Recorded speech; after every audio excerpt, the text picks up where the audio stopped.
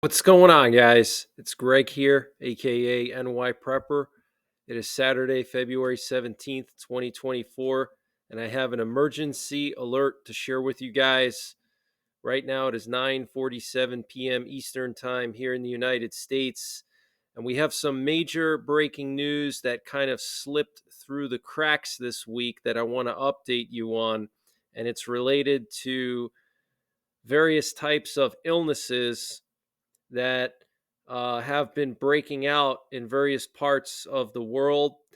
We had the World Health Organization Director General Tedros Ghebreyesus issue a new warning about the likelihood of a disease X breaking out, telling the global world leaders it is a matter of when, not if, a new pathogen and pandemic will strike.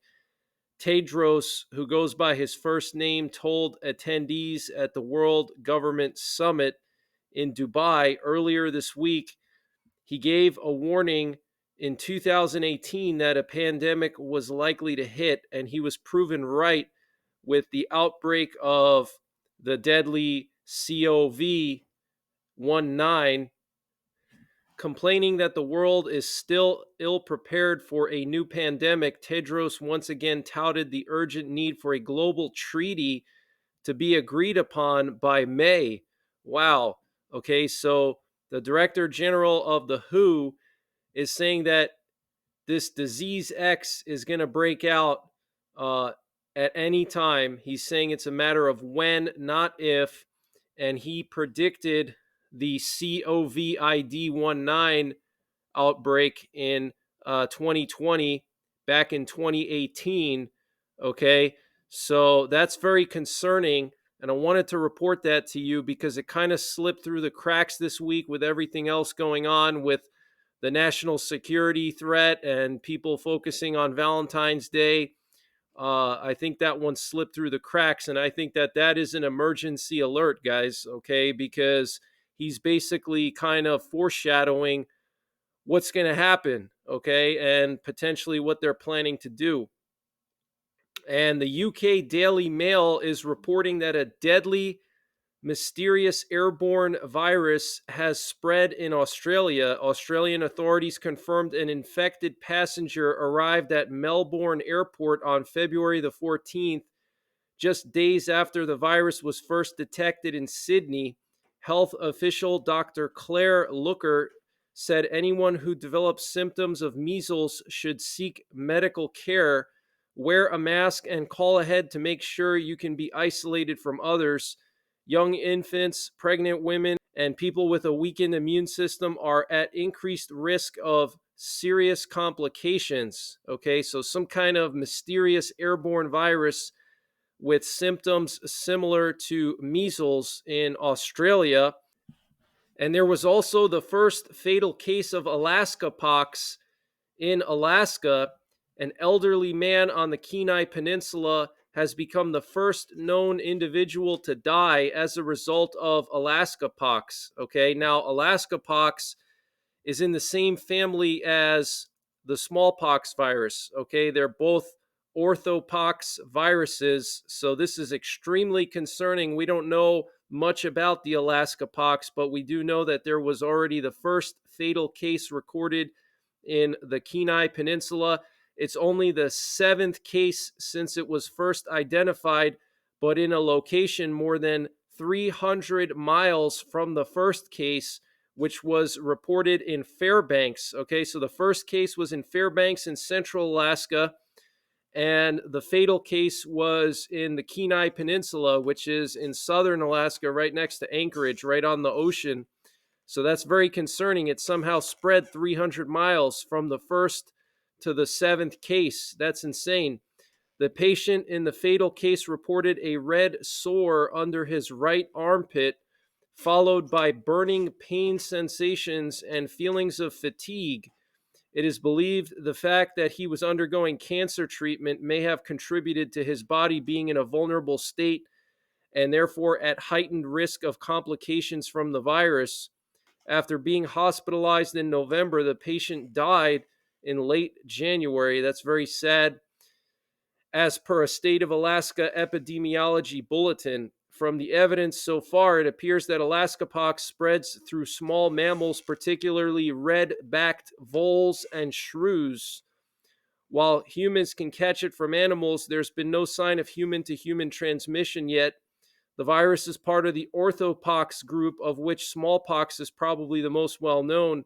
They're characterized by the way they can cause lesions or pox on the skin, which happens with the Alaskapox. Okay, so symptoms of Alaskapox are very similar to smallpox, is what they're saying. Okay, and if it's anything like smallpox, that means it's very contagious. But they're saying that they haven't detected human to human transmission yet, but this virus is so new. How do they even know that there's no sign of human to human transmission? It may take some time for the virus to saturate the area before they're able to determine if it does spread human to human or not. As per the bulletin, the man lived alone in a remote area, though he reported looking after a stray cat that frequently scratched him. This may be how the virus was transferred, although tests on the cat for orthopox viruses came back negative.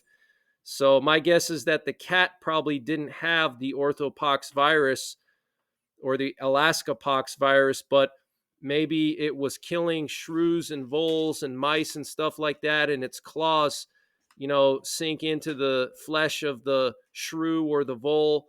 And then if that cat scratched him, that could have been a way that the virus was transferred to him. There was also a case of bubonic plague in Central Oregon this week.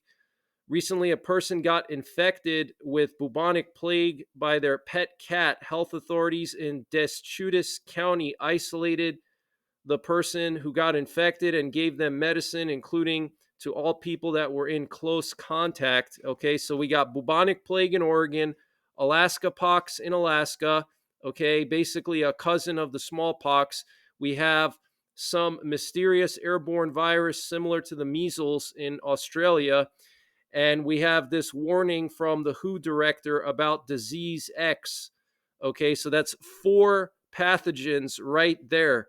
Okay, Alaskapox, disease X, some mysterious measles in Australia, bubonic plague. Okay, all these things happening recently. Okay, so get prepared, guys. We could see another pandemic or lockdown situation. All right. And this evening, there were massive riots in the Netherlands, in The Hague. Apparently, a brawl broke out between Eritrean and Ethiopian migrants, and apparently, a large mob of Eritrean migrants broke into the Opera House building and were throwing bricks and rocks at police officers. Several police cars and vans were set on fire. I did see video footage of it. It was very, very intense. Okay, literally just cars burning in the streets, police vans being attacked by these migrants. Okay, it was so bad that the police actually retreated. I wish I could share the footage here, but unfortunately, due to YouTube guidelines, I'm not allowed to do that. I want to just show you guys what's going on over the United States this evening or tonight. We currently have a U.S. nuclear war command and control plane up in the air over Oklahoma, and it was over the Midwest all evening. It took off from Tinker Air Force Base, which is their home base, went all the way up to southern Minnesota, and then came back down. Looks like it's about to land. And this would be the 4th nuclear war command and control plane that was up in the air today, which is a lot, guys. Normally, you would only see 1 or 2 of these every second day if there's no war. If it's just total peace, like before the Ukraine war and before the war in Gaza and the Middle East situation.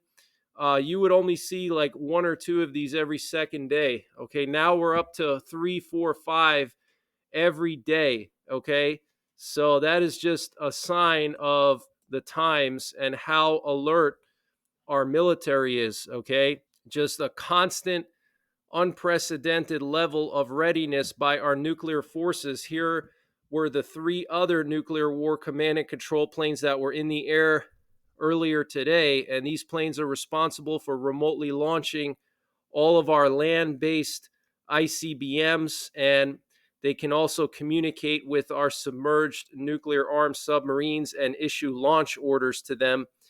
Okay.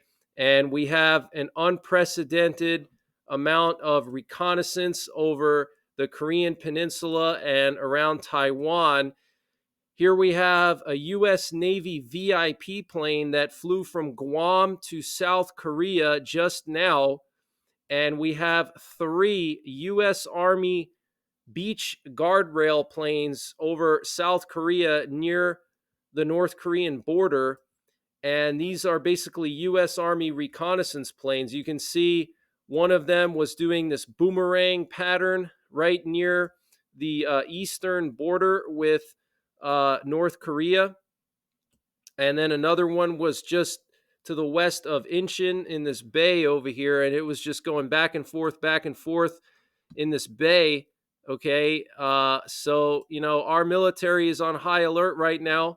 They've sent a VIP plane to South Korea.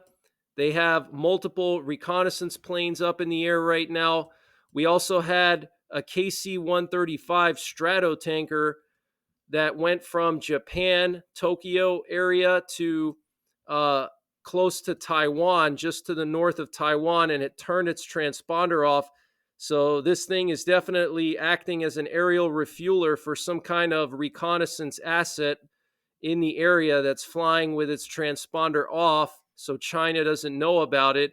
But last week, we sent a lot of reconnaissance planes to South Korea and to Taiwan. We had multiple combat scent flights. Those are the high priority reconnaissance planes for the president and the Joint Chiefs. We only have 2 of those planes here in the U.S. So if they send them somewhere, it means something serious is going on, because they send information directly to the president. And we had several flights with one of those planes to Taiwan and South Korea last week.